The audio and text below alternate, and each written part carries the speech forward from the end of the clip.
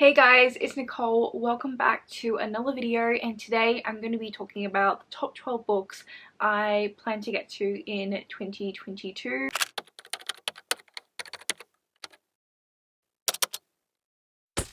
I know most people are doing like top 22 books to read in 2022, but this year is the year of realistic TBRs for me, and I just thought it would be a good idea to like really narrow down the books I really want to read.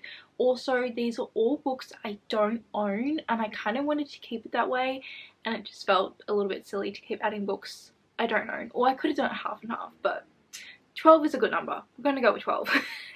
Hey, sorry, I'm just popping back in here because I've just finished filming this video and I felt it was necessary to give a little disclaimer that I'm not going to talk in this video about synopses. I realized by filming this I know very little about pretty much all of these books, and that's how I want to keep it. I do, however, give explanations on why I want to read these books. I have kind of a reason why I want to read each of these, but I know it might be a bit annoying that I'm not giving you a proper synopsis of these books, so I just wanted to give you a heads up. Sorry if that annoys you, it's just I don't want to know much about these books. But anyway, hopefully that is alright. Hopefully you still enjoy the video, and I appreciate you stopping by.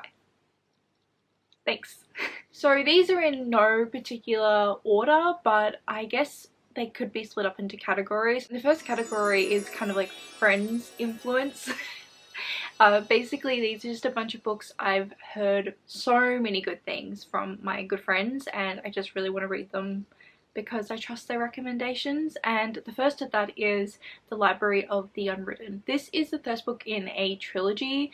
I really don't know a whole lot, which I should, considering I've watched so many videos where my friends have gushed about this book. I do know the setting is in this library where these books that have never been finished end up. So basically like when authors have not finished a book or abandoned a book, I believe their books end up in this library, and it's somehow related to hell. I think we also have the characters from these books, or some books, come to life, and I know our main characters like are guards or work in the library somehow. It just sounds like such an interesting and unique concept, and I've heard that the characters are incredible, and I'm definitely a character driven reader. Especially I'm excited because the third book came out I believe at the end of last year, so now I can just like binge the trilogy, which I feel like I'm definitely gonna do.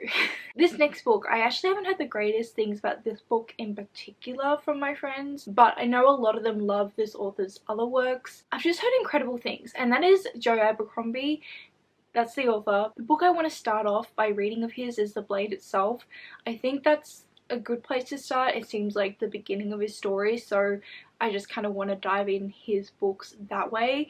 Now this book in particular I've heard quite average things about, or not the greatest things about, to be honest, but he seems to be the kind of author that grows on people, and the reason I'm so intrigued by his stuff is the way people talk about his books, and the politics and the character development reminds me of how I think and feel about Robin Hobb books. So I'm just like, want to read it for those reasons.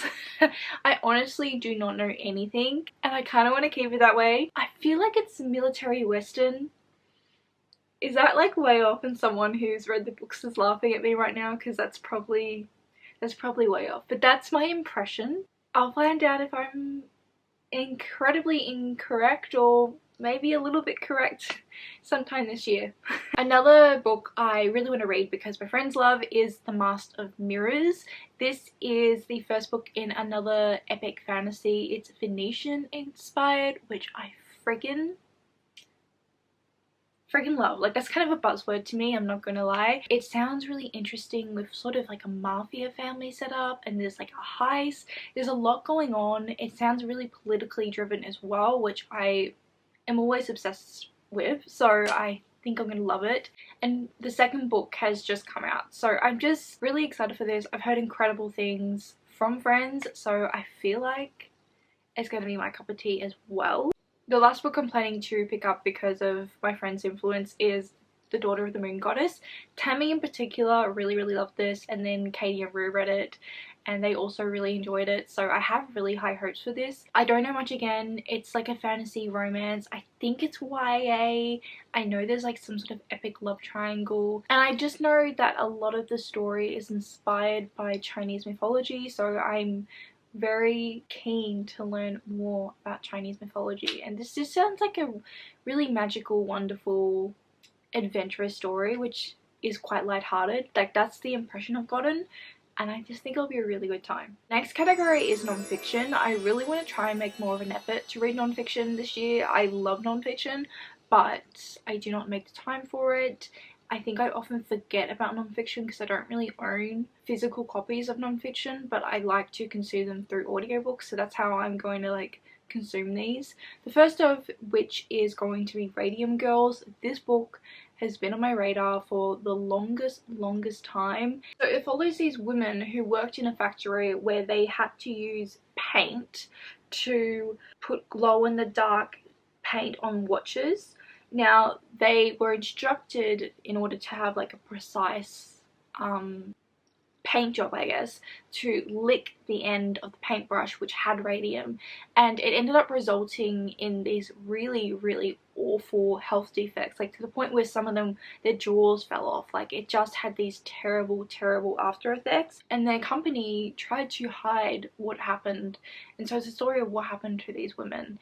It sounds like a really horrific tale, but a really important one to know and be aware of. I've had this book on my TBR for so long, and I'm putting it here because this has to be the year I read it, because I've wanted to read this for such a long time. The next non-fiction I want to read is Smoke Gets in Your Eyes, or When Smoke Gets in Your Eyes.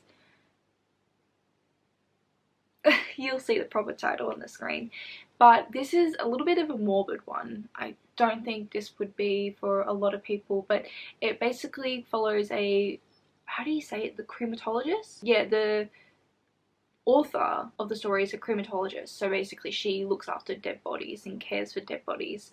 Like I said, a little bit morbid, really not for many people, but I've heard really good things about this book and it does really interest me. I think it just sort of tells a story about what it's like to work this job, but also the process of what actually happens. Oh my goodness, my camera's dying now.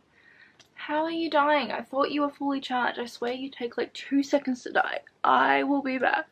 Okay, we are back. The next non-fiction I want to read is sort of along the same lines or category, genre, whatever, as the last one, and that is Being Mortal. The reason why this book and When Smoke Gets in Your Eyes really intrigues me is I'm a nurse, so like it's just very relevant to my field, I guess, and like what I experience at work. Especially this one, I think is extremely relevant, and this one talks about modern medicine and its flaws and how approaches to medicine and care has like evolved over the years. So it's something I'm really interested in, because it's something that revolves around my living. So those are the kind of the main reasons why these two non-fiction books really interest me and why I really want to read them. The last category of books I am planning to read in 2022 is just random combination of books.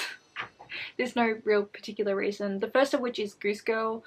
I loved this book when I was little, so I have read it. It's probably been about 20 years since I've read it. To be honest, almost, maybe. I don't know how long. I don't know how old I would have been, but I really enjoyed this book. It's a fairy tale book. It's the first in the trilogy.